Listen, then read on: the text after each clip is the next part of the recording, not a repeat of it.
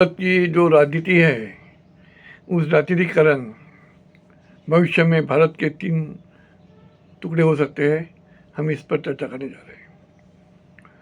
भारत सरकार द्वारा सन 2026 में भारत जनगणना यानी सेंसस होने के बाद परिसीमन डिलिमिटेशन होने की चर्चा शुरू होने जा रहा है। उसका कारण उत्तरी भारत और दक्षिणी भारत में एक युद्ध छिड़ गया है।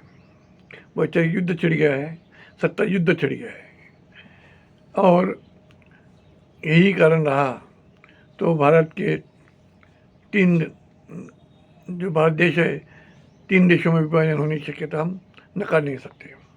इसी कारण भी हमें समझना होगा। पहले हमने देखा है तमिल साउथ का जो तमिल राज्य है, उन्होंने अलग सिंबल ले लिया, रुपीस का अलग मोनो ले लिया, उन्होंने बना लिया है। उसका एक प्रतीकात्मक विरोध है और हम इस पर कोई हल नहीं निकाला तो भविष्य में ये हमारे लिए देश विभाजन का कारण भी हो सकता है। जो परिसीमन है, जो डिलिमिटेशन है, उसको हम मतदार संघ पुनर्रचना भी कर सकते हैं। यह सबसे पहले भारत आज़ाद होने के बाद सन 1952 में हुआ था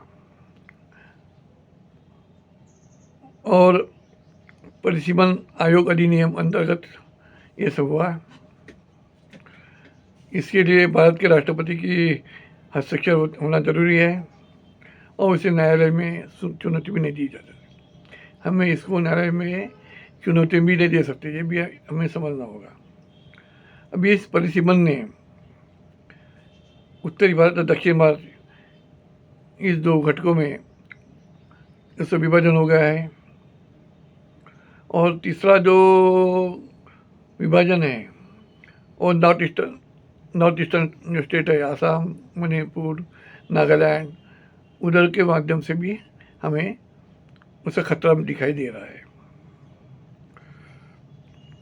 और भारत सरकार ने उस दिशा में कोई हल करना बहुत जरूरी है। हम कुछ दिन पहले भारत जो वहाँ के जो राज्यपाल खासदार MP है, वो म्यांमार के सीमा बाहर चले गए, सीमा पार किया उन्होंने। और वहाँ जो एक समूह है, उस समूह के साथ उन्होंने चर्चा की। वो ट्राइबल समूह है। वहाँ म्यांमार में चीनी राज्य का एक संगठन, चीनी जो ट्राइब्स है उनका भी एक संगठन है। तो ऐसा चीज़ होती है और वो शायद वहाँ भी म्यांमार में भी जो उठा हुआ था 2022-21 में उठा हुआ था, उसके बाद में वहाँ का भी हालत ठीक नहीं है। तो म्यांमार हमारे भारत में विलीन होगा, या आस लगाए बैठा है, या भारत म्यांमार नहीं विलीन हुआ तो जो साउथर्न जो बॉर्डर स्टेट्स है, बॉर्डर के कुछ भाग है, वो भारत में विलीन हो सकता है, उसका राज्य बन सकता है। ये भी आस लगाई जा रही है। ये अलग बात है, लेकिन उसका अलग ही फर्क हमें इस परिसीमन के बाद में दिखाई दिया है। चीनी लैंड जो म्यांमार में चीनी लैंड बनेंगी नहीं बनेंगी वो अलग विषय है, लेकिन भारत के लिए भी हमें खतरा दिखाई पड़ रहा है। हमने पहली चर्चा की, मिजोरम के सांसद मंगलावेना, इन्होंने कुछ दिन पहले भारत म्यांमार सीमा के अंदर चिनलैंड काउंसिल, जो चीन लोगों की काउंसिल है, वहाँ भेंट दी और उन्हें भारत में सम्मिलित होने का उन्होंने ऑफर दिया। अर्थात ये ऑफर इंटरनेशनल इशू होने के कारण भारत के प्रधानमंत्री नरेंद्र मोदी, अमित शाह के बिना पॉसिबल नहीं हो सकता है। इसका मतलब ये चर्चा हुई होंगी। वैसे वहाँ के जो मिजोरम के मुख्यमंत्री है लालदुमोहा, इनसे भी चर्चा की होगी। तो वो वहाँ चले गए म्यांमार के उधर, और चीनी लैंड जो काउंसिल है उनसे मुलाकात हुई। वैसा ही जो जो म्यांमार और भारत की सीमा है वहाँ एक एफआईआर एग्रीमेंट हुआ है, उसको फ्री मूवमेंट रेजिम भी कहते हैं एफआईआर को। उस अंतर्गत 16 किलोमीटर अंदर वो जा सकते हैं, वो लोग आ सकते हैं, वैसा एग्रीमेंट हुआ है। लेकिन अभी वो मर्यादा 10 किलोमीटर की गई है, इसलिए पासपोर्ट लगता नहीं है।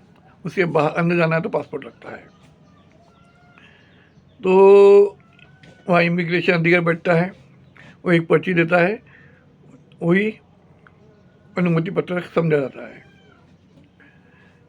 म्यांमार सीमावर्ती जो राज्य है, लश्करी उठाव होने के बाद मुझे वहाँ उठाव होने के बाद लश्करी शासन वहाँ कार्यरत है।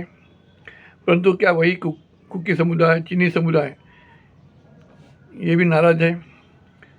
क्या वो समुदाय भारत के साथ विलीन होगा, या क्योंकि वो क्रिश्चियन बहुल राज्य है, वो जो जितने साउथर्न नॉर्थ साउथर्न पट्टा है वो क्रिश्चियन बहुल राज्य है।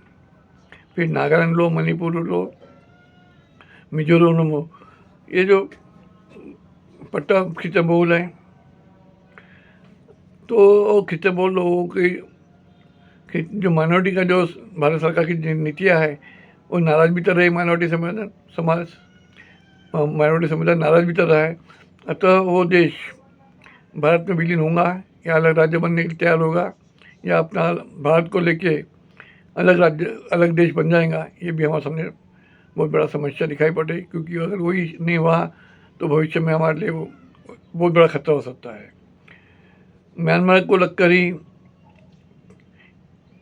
एक साइड में ईशान्य में चाइना सीमा है, चाइना की सीमा है, पूर्व में लाओस की सीमा है, आग्नेय में थाईलैंड की सीमा है, पश्चिम में बांग्लादेश की सीमा है, वायव्य में भारत की सीमा है, और नैऋत्य में बंगाल का उपसागर है। ये म्यांमार का भौगोलिक आराखड़ा है। वही भारत के संदर्भ में त्रिपुरा, मणिपुर, नागालैंड की सीमा है।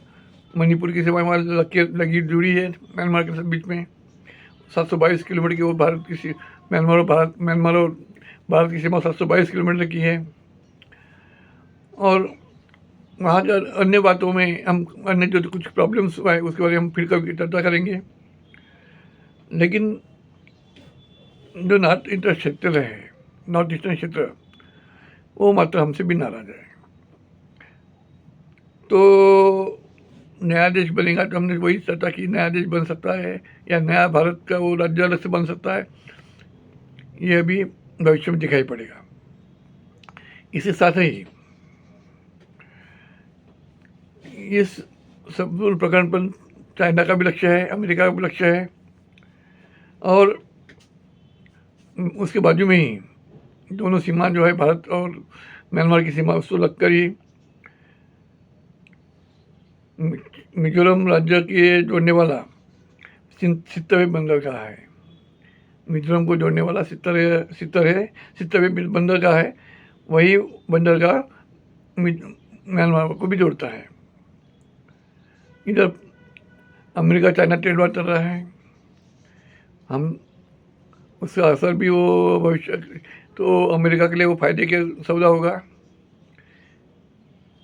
बाकी जो देश है म्यांमार, बांग्लादेश, श्रीलंका, नेपाल, पाकिस्तान, ये सभी चाइना से जुड़े हुए हैं। तो अमेरिका के लिए वो बंदरगाह बहुत फायदे का रहेगा, व्यापार के दृष्टिकोण से और अन्य दृष्टिकोण से भी। अतः भारत का संबंध ना रशिया से है ठीक से, ना चाइना से है, ना अमेरिका से। आज जिस ढंग से भारत का विदेश पॉलिसी हमको दिखाई पड़ रही है और भविष्य के लिए हमारे लिए चिंता का विषय है। भारत सरकार के हिंदी निर्देशालय है, डायरेक्टोरेट है, उन्होंने वो लोग पहले हिंदी राज्य में हिंदी वर्कशॉप लिया करते थे, और मुझे कई बार उन्होंने निमंत्रित किया।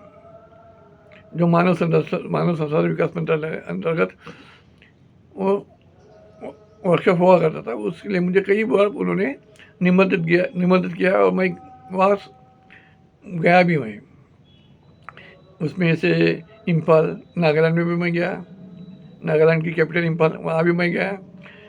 मेघालय की कैपिटल शिलोंग में भी गया, जोरहाट में भी गया, असम की जोरहाट में भी गया, केरला कोचीन में भी गया। ऐसे कई राज्यों में मैं गया, वर्कशॉप में मुझे बुलाया गया, मैं गया वहाँ।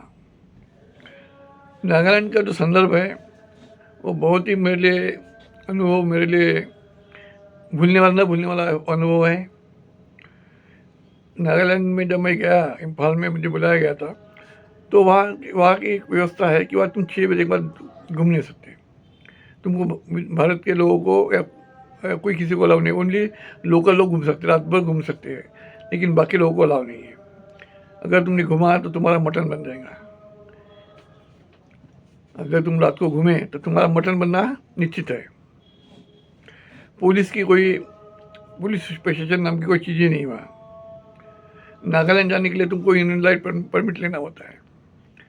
नागालैंड जाने के लिए तुमको इनर लाइट परमिट लेना होता है, तभी तुम अंदर जा सकते, नहीं तुम जा नहीं सकते हो। अगर मुझे शासन से अलावा मुझे बुलाया था, निमंत्रण था, तो मैं दीमापुर पहुंचा।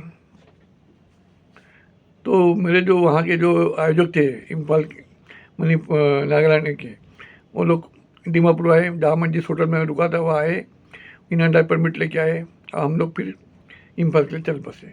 हम चल निकले। तो वहाँ वहाँ जो नागा लोग हैं वहाँ इतने हैं कि वहाँ का जो लोग, अगर तुम पैदल घूमते हो, अगर उधर से कोई लेडीज़ भी आती होगी, तुमने अगर बाजू में हटे नहीं हो तो धन से तुमको धक्का मार के चले जाएंगी, और ख़ुद को वहाँ के राजा समझते हैं। तो नागा लोग खुद को वहाँ के राजा समझते हैं, आपको समझना पड़ेगा। तो ये नागालैंड की मेरा अनुभव रहा है। साथ ही मेघालय में भी गया मैं, शिलांग में तो मैं 2 बार गया।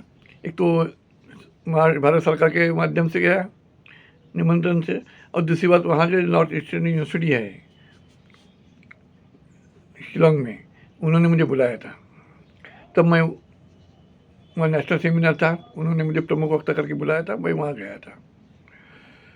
तो मैं जब 2 बार गया, दोनों बार मैं चेरापूंजी भी गया, जहाँ भारत का विश्व में सबसे ज़्यादा पानी, जहाँ बारिश, विश्व में सबसे ज़्यादा बारिश जहाँ होती है, वर्षा ज़्यादा होती है, उस जगह है चेरापूंजी। वहाँ पर मुझे जाने का अवसर आया। और चेरापूंजी में वो पूरा क्लाउड्स पे, यानी जो क्लाउड है, क्लाउड के बीच में वो शहर बसा हुआ है। कभी पानी आना, कभी पानी चले जाना, एक क्लाउड आना, कभी क्लाउड खत निकल जाना है, और मैं एक स्वर्ग के रूप में महसूस होता है। वो बड़ा अच्छा ये वो दिखाई पड़ता है। इस कारण मुझे उस एरिया में मैं गया, इसलिए मुझे बांग्लादेश की बॉर्डर देखने को मिली, म्यांमार की भी बॉर्डर देखने को मिली। साथ ही मुझे असम में भी वही थोड़ा सा अशांति दिखाई पड़ी, तिनसुकिया एरिया में। कुछ कारणवश मैं तवांग नहीं जा पाया, जो अरुणाचल प्रदेश में है। अगर मैं वहाँ गया होता तो चाइना की बॉर्डर मुझे देखने को मिली होती। महू डॉक्टर अम्बेडकर विद्यापीठ है, वहाँ भी मैं कई बार गया नेशनल कॉन्फ्रेंस के लिए। कोचीन में भी गया मैं। वो तो समुद्र का समुद्र की सुंदरता क्या है, वहाँ छोटे छोटे बेट है, बट सुंदर दिखाई पड़ते हैं। वो सुंदरता कोचीन में भी दिखाई दी मुझे। इधर तो दिखाई, चेरापूंजी मणिपुर मेघालय में दिखाई दी सुंदरता। इसके साथ ही मैं Sri Lanka, Thailand, Malaysia, Singapore, Nepal, Vietnam, दक्षिण कोरिया समान देशों में इन देशों में भी गया। अंतर्राष्ट्रीय परिषद के लिए मुझे बुलाया गया था, वहाँ गया। तो सभी देशों की संस्कृति मुझे समझने को अवसर आया। भारत की जनगणना जो सेंसस है, और वो कालखंड और परिसीमन डिलिमिटेशन का जो कालखंड है, देखिए तो 2002 के बाद भारत का परिसीमन अर्थात मतदार संघ पुनर्रचना हुई हमको बाद में 2002 के बाद हुई दिखाई नहीं देती है। दूसरा विषय है कि परिसीमन के जो विषय है यह जनसंख्या से जुड़ा हुआ है। परिसीमन का जो विषय है जनसंख्या नियंत्रण से जुड़ा हुआ है। अभी उसके साथ ही उच्च शिक्षा पद्धति से भी हम संबंध जोड़ेंगे, डेवलपमेंट से भी जोड़ेंगे, क्योंकि साउथ के राज्यों ने, जो साउथ के राज्य है उन्होंने अच्छा डेवलपमेंट किया है, पॉपुलेशन पे कंट्रोल किया है, हायर एजुकेशन को अच्छा बढ़ावा दिया है, इंडस्ट्री का ग्रोथ किया, तो इसलिए वहाँ का जो पॉपुलेशन लिमिटेशन रहा है। परंतु उत्तर भारत में पॉपुलेशन नियंत्रण, जनसंख्या नियंत्रण नहीं रहा, पॉपुलेशन बढ़ती गई, स्तर का एजुकेशन का, शिक्षा का स्तर भी बहुत नीचे गिरा है और विकास भी नहीं हुआ है। अगर ये परिसीमन होता है तो उत्तरी राज्यों का फायदा होगा, दक्षिण राज्यों को उसका घाटा सहना पड़ेगा। जो अच्छा देश के विकास के लिए उन्होंने योगदान दिया, उनको ये घाटा सहना पड़ेगा, इसलिए ये विरोध दिखाई पड़ता है। अभी हम जनगणना के दृष्टिकोण देखिए 26 के बारे में, तो उस समय 1,42,42,19,48,000 मतदार होने की जनसंख्या होने की बात कही जाती है। 1,42,19,48,000 यह फिगर होने का, जनसंख्या होने का बात कही जाती है। उस अनुपात में अगर ये अनुपात रहा तो अभी जो 543 सीट है लोकसभा में, वो बढ़कर 753 हो जाएंगी।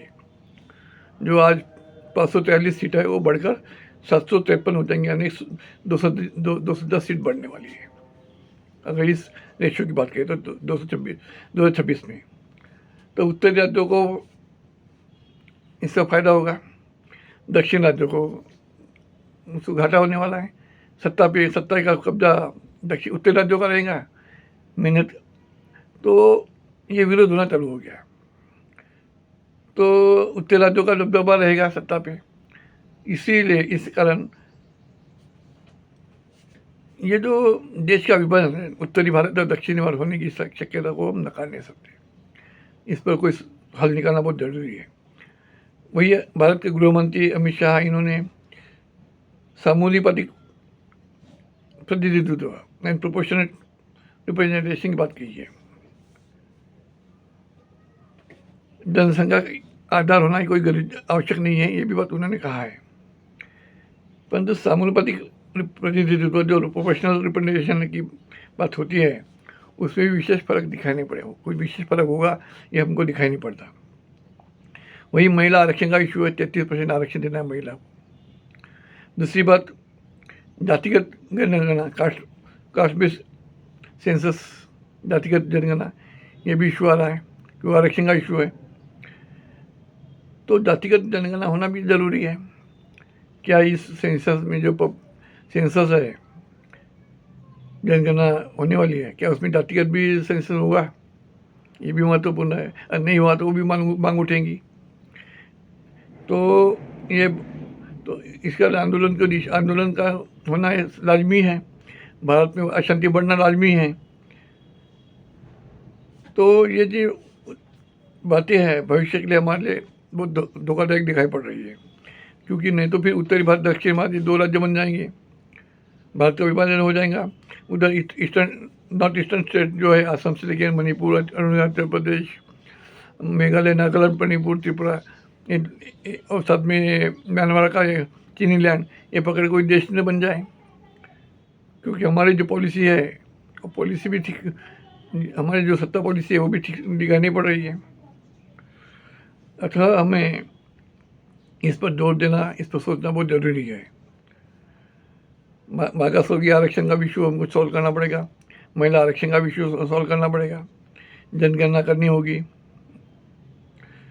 और जो भारत में भारत राष्ट्रवाद हमको दिखाई नहीं पड़ रहा है, भारत राष्ट्रवाद को बढ़ावा देना होगा। लेकिन हमें क्या दिखाई पड़ रहा है? धर्मांध राष्ट्रवाद, हिंदुत्व राष्ट्रवाद। ये भारत के लिए एक खतरे की घंटी है। हमें धर्मांध राष्ट्रवाद, हिंदू राष्ट्रवाद से हटकर भारत राष्ट्रवाद की ओर जाना होगा। विकास अर्थनीति करते हुए हमें सामाजिक आर्थिक समतावाद लाना होगा, सामाजिक आर्थिक समतावाद लाना होगा। न्याय व्यवस्था जो है उन देश के प्रति पूर्णतः सजग नहीं दिखाई पड़ती और संविधान की सुरक्षा भी दिखाई नहीं हो रही पड़ रही है, अतः उस पर भी न्याय व्यवस्था को ख्याल देना होगा।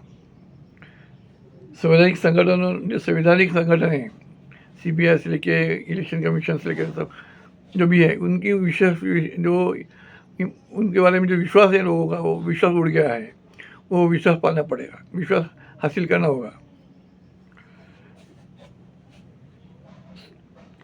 और जो भारत में मंदिर अर्थनीति है,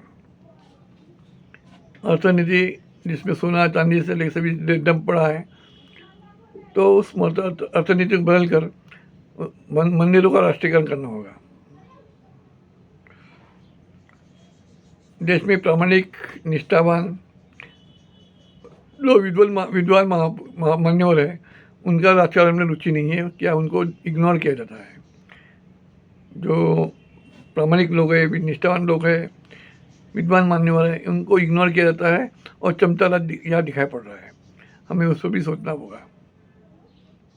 संविधान संस्कृति को जपना होगा। जो संस्कृति संविधान है या मनुवाद है, उसको भी हटाना होगा। जो भावना जो चल रही है देश में, संविधान संस्कृति को छोड़कर संस्कृति संविधान यानी मनुवाद को जो बढ़ावा दिया जा रहा है, उसको भी हमें उसको मिटाना होगा। जो हिंदुत्व राजनीति में कठोरवाद और नरमवाद, कभी कठोरवाद सत्ता में आता है, कभी नरमवाद को भी गेम खेला जाता है। तो एक हिंदुत्व राजनीति में कठोरवाद और नरमवाद इसको हटाकर भारतवाद को विचार करना होगा। अगर यही सत्ता नीति ने इसको ख्याल नहीं दिया तो भारत का एक संघ भारत रहना बड़ा खतरे की घंटी हमको दिखाई पड़ रही है। और भारत में जो पूंजीवाद को बढ़ावा दिया गया है, वो पूंजीवाद को भी हमें रोकना होगा। जनतंत्र प्रजातंत्र को बढ़ावा देना होगा। भारत जब तक प्रजातंत्र को बढ़ावा नहीं देंगे, भारत की अर्थनीति को मजबूत करना होगा, रोजगार देना होगा, हमें इसको ख्याल देना होगा। नहीं तो कल का भारत गुलाम भारत होगा। इसी साथ में गुलाम के साथ में भारत के 3 टुकड़े होंगे। इसी साथ में अपने शब्दों को विराम देता हूँ। नमो बुद्धाय। जय भीम, जय भीम, जय भीम।